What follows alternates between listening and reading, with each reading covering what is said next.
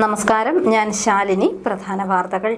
കോട്ടയം ജില്ലയിലെ നഗര പാതയോര സൗന്ദര്യവൽക്കരണം നഗരസഭാ തലത്തിൽ യോഗം ചേരും. ഭരണപ്രതിപക്ഷാംഗങ്ങൾ ഒരേ മനസ്സോടെ പ്രവർത്തിക്കണമെന്ന് മന്ത്രി VN വാസവൻ.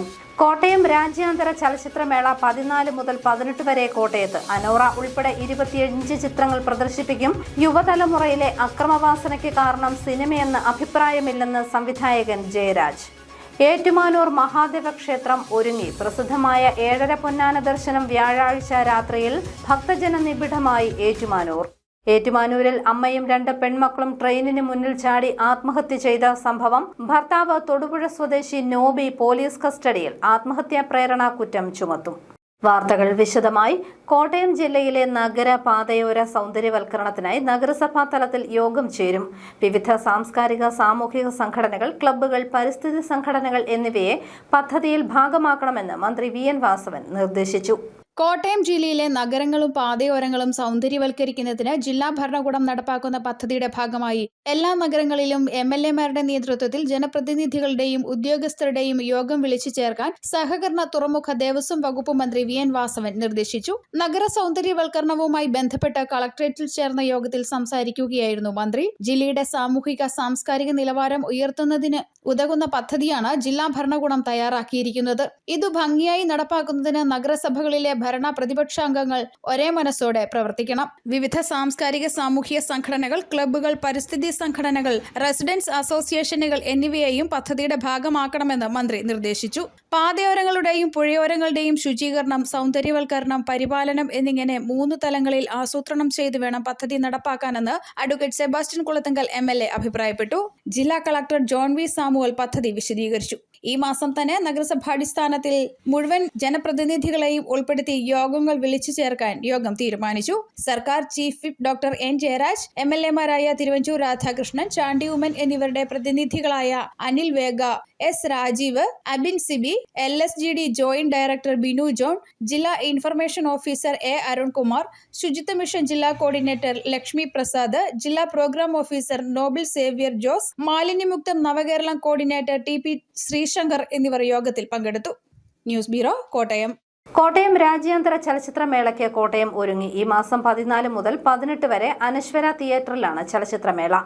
25 ചിത്രങ്ങൾ പ്രദർശിപ്പിക്കും.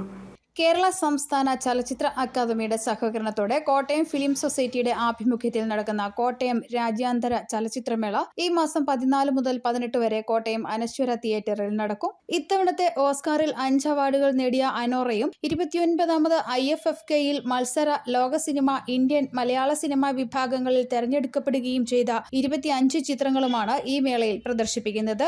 14-ന് തുടങ്ങുന്ന മേളയുടെ ഉദ്ഘാടന ചിത്രമായി അനോറ പ്രദർശിപ്പിക്കും. IFFKയിൽ jury award, FIPRESCI award, audience award, NETPAC, KR Mohanan award എന്നിങ്ങനെ 5 അവാർഡുകൾ നേടിയ ഫെമിനിച്ചി ഫാത്തിമ ആയിരിക്കും സമാപന ചിത്രം.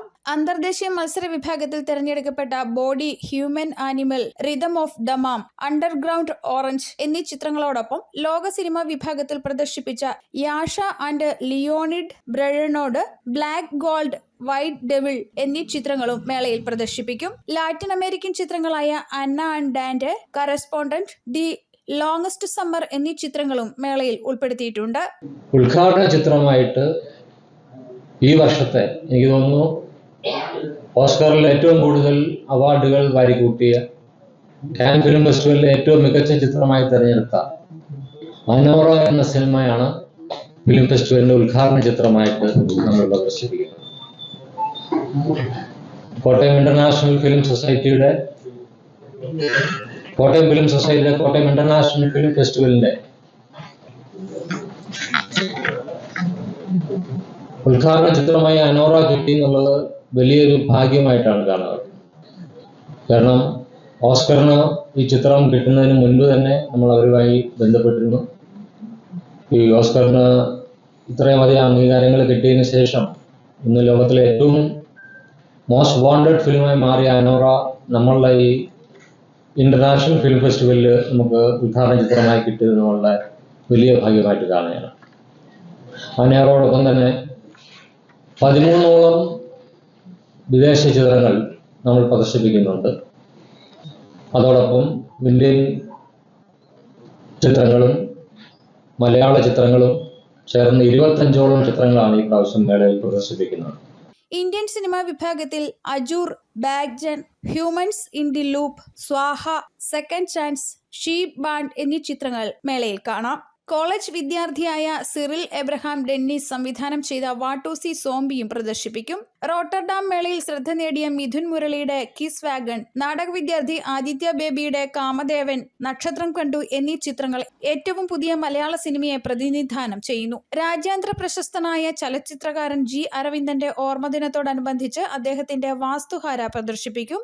MT സ്മൃതിയുടെ ഭാഗമായി ഓളവും തീരവും പ്രദർശിപ്പിക്കും. 14 വൈകുന്നേരം 5 ചലച്ചിത്രമേള മന്ത്രി VN വാസവൻ ഉദ്ഘാടനം ചെയ്യും. വാർത്താ സമ്മേളനത്തിൽ festival chairman Jayaraj, general convener Pradeep Nair, coordinator Saji Kottayam, കൺവീനർമാരായ നിഖിൽ S, പ്രവീൺ, വിനോദ് ഇല്ലപ്പള്ളി, ജോയിന്റ് കൺവീനർമാരായ രാഹുൽ രാജ, ജയദേവ്, അനീഷ് കുമാർ എന്നിവർ പങ്കെടുത്തു.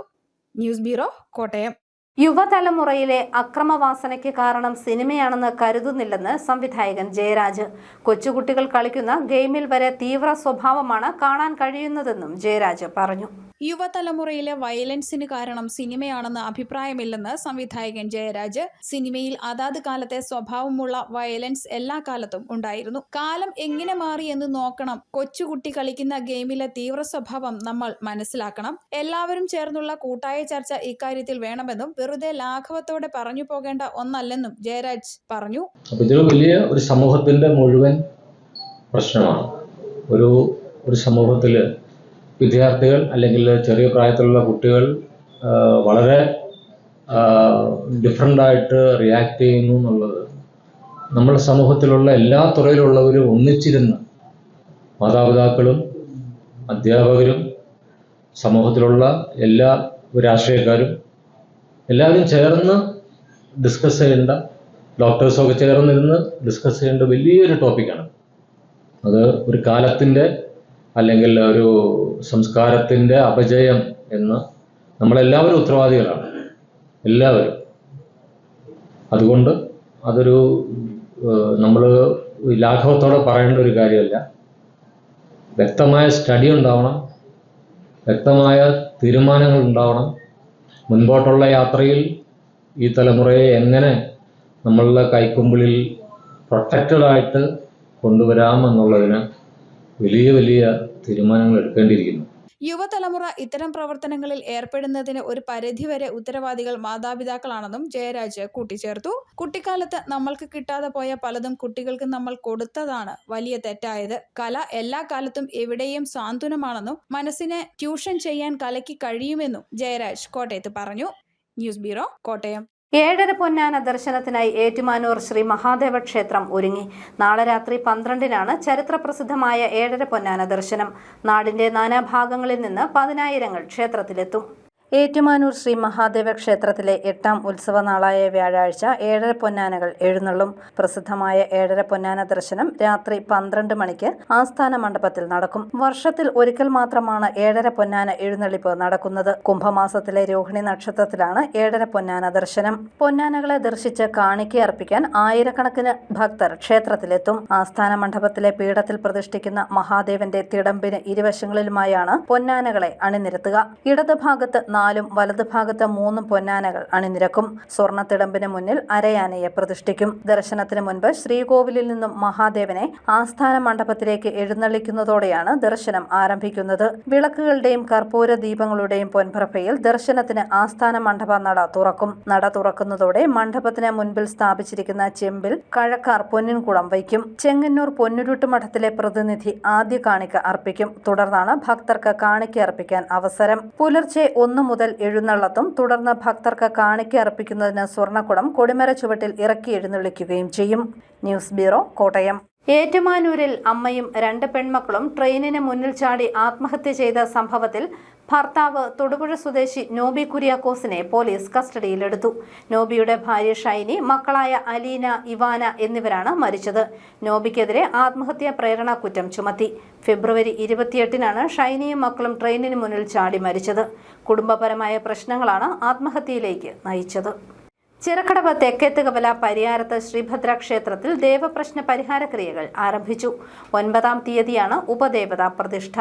ചിറക്കടവ് തെക്കേത്തുകവല പരിയാരത്ത് ശ്രീഭദ്ര ക്ഷേത്രത്തിലെ ദേവപ്രശ്ന പരിഹാര ക്രിയകളും പുനഃപ്രതിഷ്ഠാ ചടങ്ങുകളും തുടങ്ങി. ഇന്ന് രാവിലെ ത്രികാല പൂജ, മൃത്യുഞ്ജയ ഹോമം, വിഷ്ണു പൂജ എന്നീ ചടങ്ങുകൾ നടന്നു. മാർച്ച് 6 വൈകിട്ട് സർപ്പബലി ചടങ്ങ് നടക്കും.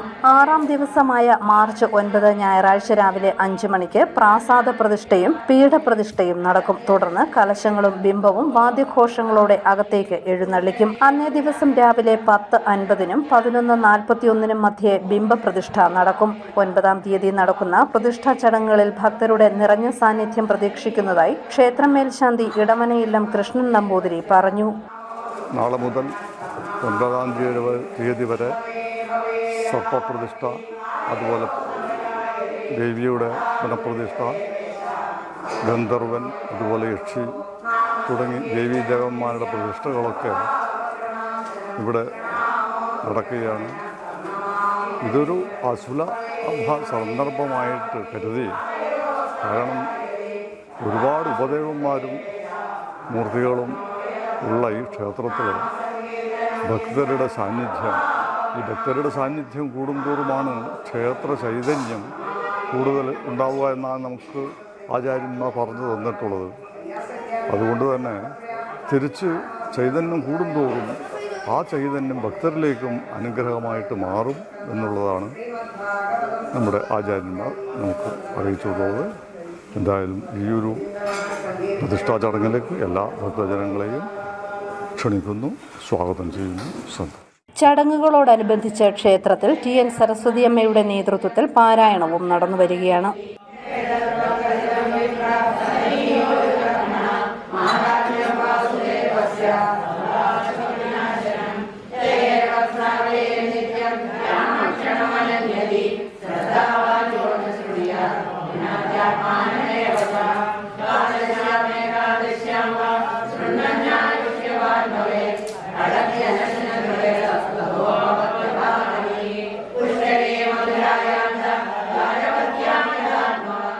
News bureau, Ponkunnam. പാലായിൽ തടിലോറി മറിഞ്ഞ് ഡ്രൈവർക്ക് പരിക്കേറ്റു. റോഡിൽ തടി ചിതറി വീണത് ഗതാഗത തടസ്സവും ഉണ്ടാക്കി. മൂവാറ്റുപുഴ പുനലൂർ സംസ്ഥാന പാതയിൽ പാലാ തൊടുപുഴ റോഡിൽ പയപ്പാറിൽ തടി കയറ്റി വന്ന ലോറി നിയന്ത്രണം വിട്ടം പറഞ്ഞ് തമിഴ്നാട് സ്വദേശിയായ ഡ്രൈവർക്ക് പരിക്കേറ്റു. ഇവരെ പാലാ ഗവൺമെന്റ് ആശുപത്രിയിൽ പ്രവേശിപ്പിച്ചു. സംഭവത്തെ തുടർന്ന് റോഡിൽ ഗതാഗതം തടസ്സപ്പെട്ടു. പാലാ പോലീസും ഫയർഫോഴ്സും സ്ഥലത്ത് എത്തിയിരുന്നു. ഇന്ന് വൈകുന്നേരം 4:00 അപകടം നടന്നത്. തൊടുപുഴ പാലാ പൊൻകുന്നം റോഡിൽ നിരവധി അപകടങ്ങൾ എല്ലാ ദിവസവും ഉണ്ടാകുന്നുണ്ട്. News bureau, Pala. 60 പേരുടെ മെഗാ രക്തദാന ക്യാമ്പ് നടത്തി കാഞ്ഞിരപ്പള്ളി സെന്റ് ഡൊമിനിക്സ് കോളേജിന്റെ വജ്ര ജൂബിലി ആഘോഷം. കോളേജിലെ NSS യൂണിറ്റ് നേതൃത്വം നൽകി. കാഞ്ഞിരപ്പള്ളി സെന്റ് ഡൊമിനിക്സ് കോളേജിന്റെ വജ്ര ജൂബിലിയോടനുബന്ധിച്ച് 60 വിദ്യാർത്ഥികളുടെ മെഗാ രക്തദാന ക്യാമ്പ് നടന്നു. കോളേജിലെ NSS യൂണിറ്റിന്റെയും പാലാ ബ്ലഡ് ഫോറത്തിന്റെയും കൊഴുവനാൽ ലയൺസ് ക്ലബിന്റെയും HDFC ബാങ്കിന്റെയും സഹകരണത്തോടെയാണ് രക്തദാന ക്യാമ്പ് നടത്തിയത്. കോളേജ് ഓഡിറ്റോറിയത്തിൽ SD college principal doctor Simon തോമസിന്റെ അധ്യക്ഷതയിൽ ചേർന്ന സമ്മേളനത്തിൽ Kanjirappally DYSP Anilkumar M camp ഉദ്ഘാടനം ചെയ്തു. രാജ്യം 2030-40 കാലഘട്ടത്തിൽ ലോകത്തെ നയിക്കും എന്നാണ് ശാസ്ത്രകാരന്മാരും ചരിത്രകാരന്മാരും കണക്കുകൂട്ടുന്നത്. അതിനുള്ള കാരണം നമ്മുടെ ജനസംഖ്യ അന്ന് 155 കോടിയാവും. 155 കോടി ജനസംഖ്യയുള്ള രാജ്യത്തിന് ഒരിക്കലും ലോകത്തെ നയിക്കാൻ പറ്റില്ല, പട്ടിണിയായിരിക്കും ഫലം. പക്ഷേ ആ ജനസംഖ്യ 155 കോടിയാവുമ്പോൾ നമ്മുടെ ഇന്ത്യയിലെ 96 കോടി ജനങ്ങളും ചെറുപ്പക്കാരായിരിക്കും, യുവാക്കളും യുവതികളായിരിക്കും. മറ്റൊരു രാജ്യത്തിനും അങ്ങനെ സമ്പത്ത് അവകാശപ്പെടാനുണ്ടാവില്ല. അവിടെ നിങ്ങൾ ആ കാലഘട്ടത്തിലെ യുവാക്കളും യുവതികളുമായിരിക്കും.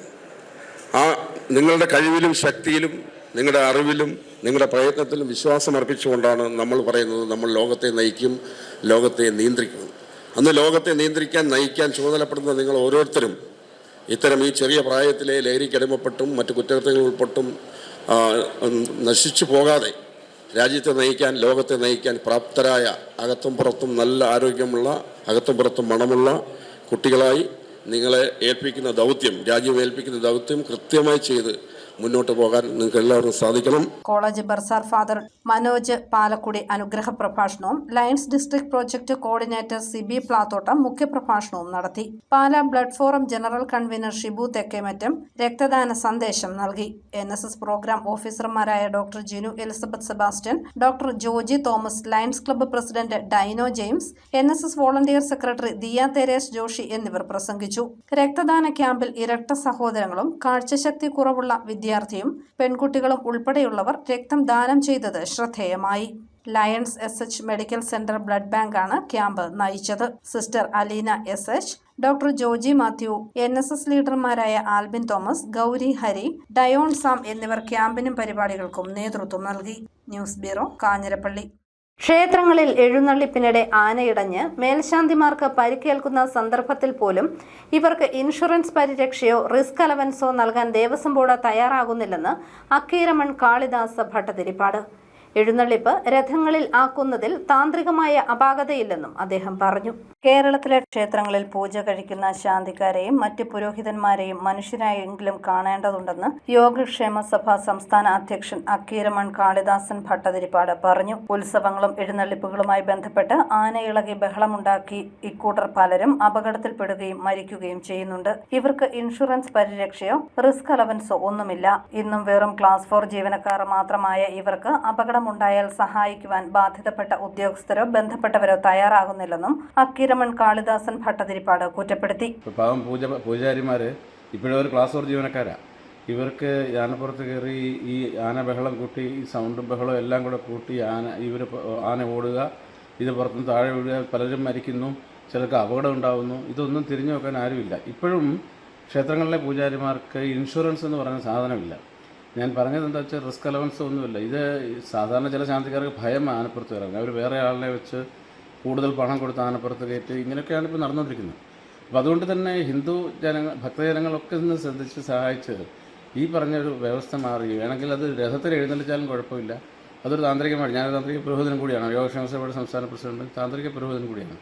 എനിക്ക് മനസ്സിലാകുന്നത് ഇതിനകത്ത് ആചാരപരമായ വിഷയങ്ങളെക്കാൾ ഉപരി ഭക്തജനങ്ങളെ ഒന്ന് ബോധവൽക്കരണത്തോടുകൂടി ഈ രഥത്തിലേക്ക് മാറ്റുന്നതൊക്കെ നല്ലതാണ്. കാരണം അപകടമാണ്. ഇപ്പോൾ തൃശ്ശൂർ പോലൊക്കെ ഒരുപാട് സംരക്ഷിച്ചാണ് കൊണ്ടിരുന്നുള്ള പോലെ അല്ലേ പല നാടുകളിലും ഉണ്ടാകുന്ന വിഷയം ഭയങ്കര ഗൗരവമാണ്.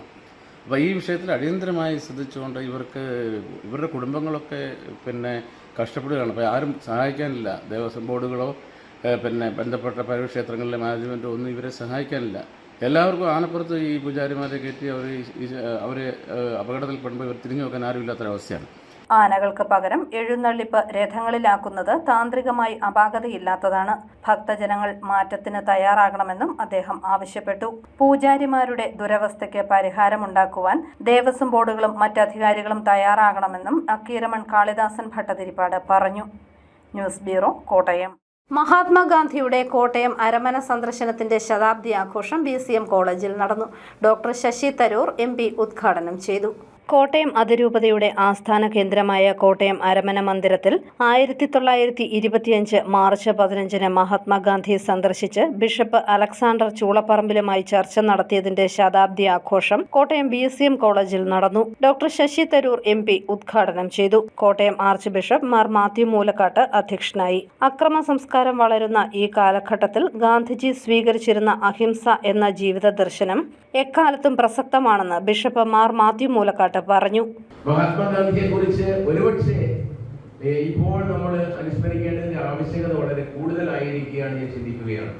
മഹാത്മാഗാന്ധിയുടെ ജീവിത ദർശനങ്ങൾ എക്കാലത്തും പ്രസക്തവും പ്രാധാന്യമേറിയതുമാണ് എന്നുള്ളതിന് യാതൊരു സംശയവുമില്ല. പ്രത്യേകിച്ചും ഈ കാലഘട്ടത്തിൽ നമ്മൾ കണ്ടുകൊണ്ടിരിക്കുന്ന അക്രമം കലാലയ തലം മുതൽ എല്ലാ തലങ്ങളിലേക്കും വ്യാപിച്ചുകൊണ്ടിരിക്കുന്ന അക്രമ സംസ്കാരം മഹാത്മാഗാന്ധി നമ്മോട് പറഞ്ഞത് എന്താണ്? നോൺ വയലൻസ് ആയിരുന്നു അദ്ദേഹത്തിന്റെ ഏറ്റവും വലിയ ആയുധം. അക്രമരാഹിത്യ പ്രസ്ഥാനത്തിലൂടെയാണ് വലിയ ഒരു രാജ്യത്തെ ബ്രിട്ടീഷ് ആധിപത്യത്തിൽ മോചിപ്പിക്കുവാനായിട്ട് അദ്ദേഹത്തിന് സാധിച്ചത്.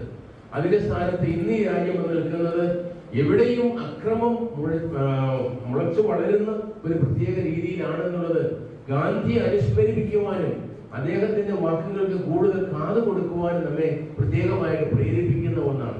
ഫ്രാൻസിസ് ജോർജ് MP-യെ കൂടാതെ മത, സാമൂഹ്യ, സാംസ്കാരിക രംഗത്തെ പ്രമുഖർ ചടങ്ങിൽ പങ്കെടുത്തു. വൈക്കം സത്യാഗ്രഹത്തോടനുബന്ധിച്ച് കേരളത്തിലെത്തിയ ഗാന്ധിജി വൈക്കത്തേക്കുള്ള യാത്രാമധ്യേയാണ് അന്നത്തെ രൂപതാധ്യക്ഷനായിരുന്ന ബിഷപ്പ് അലക്സാണ്ടർ ചൂളപ്പറമ്പിലിനെ സന്ദർശിച്ചത്.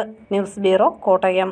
അറിയിപ്പ്: കേരള സർക്കാർ സ്ഥാപനമായ LBS centre for science and ടെക്നോളജിയുടെ ആഭിമുഖ്യത്തിൽ പാമ്പാടി ഉപകേന്ദ്രത്തിൽ മാർച്ചിൽ ആരംഭിക്കുന്ന തൊഴിലധിഷ്ഠിത കോഴ്സായ DCAയിലേക്ക് അപേക്ഷ ക്ഷണിച്ചു. യോഗ്യത +2, SC, ST, OBC വിഭാഗ വിദ്യാർത്ഥികൾക്ക് ഫീസ് ആനുകൂല്യമുണ്ട്. ഫോൺ 048125059000 9895041706. കാഞ്ഞിരപ്പള്ളി IHRD കോളേജിൽ കമ്പ്യൂട്ടർ സയൻസ് വിഷയത്തിൽ പാർട്ട് ടൈം അധ്യാപക ഒഴിവുണ്ട്. ഈ മാസം 6-ന് പകൽ 11-ന് കോളേജിൽ ഇന്റർവ്യൂവിന് ഹാജരാകണം. ഫോൺ 048282206480. പ്രധാന വാർത്തകൾ ഒരിക്കൽ കൂടി. കോട്ടയം ജില്ലയിലെ നഗര പാതയോര സൗന്ദര്യവൽക്കരണം നഗരസഭാ തലത്തിൽ യോഗം ചേരും. ഭരണപ്രതിപക്ഷാംഗങ്ങൾ ഒരേ മനസ്സോടെ പ്രവർത്തിക്കണമെന്ന് മന്ത്രി VN വാസവൻ. കോട്ടയം രാജ്യാന്തര ചലച്ചിത്രമേള 14 മുതൽ 18 വരെ കോട്ടയത്ത്. അനോറ ഉൾപ്പെടെ 25 ചിത്രങ്ങൾ പ്രദർശിപ്പിക്കും. യുവതലമുറയിലെ അക്രമവാസനയ്ക്ക് കാരണം സിനിമയെന്ന് അഭിപ്രായമില്ലെന്ന് സംവിധായകൻ ജയരാജ്. ഏറ്റുമാനൂർ മഹാദേവ ക്ഷേത്രം ഒരുങ്ങി. പ്രസിദ്ധമായ 7:30 പൊന്നാന ദർശനം വ്യാഴാഴ്ച രാത്രിയിൽ. ഭക്തജന നിബിഡമായി ഏറ്റുമാനൂർ. ഏറ്റുമാനൂരിൽ അമ്മയും 2 പെൺമക്കളും ട്രെയിനിന് മുന്നിൽ ചാടി ആത്മഹത്യ ചെയ്ത സംഭവം. ഭർത്താവ് തൊടുപുഴ സ്വദേശി നോബി പോലീസ് കസ്റ്റഡിയിൽ. ആത്മഹത്യാ പ്രേരണ കുറ്റം ചുമത്തും. ഈ ബുള്ളറ്റിൻ പൂർണ്ണമാകുന്നു. നമസ്കാരം.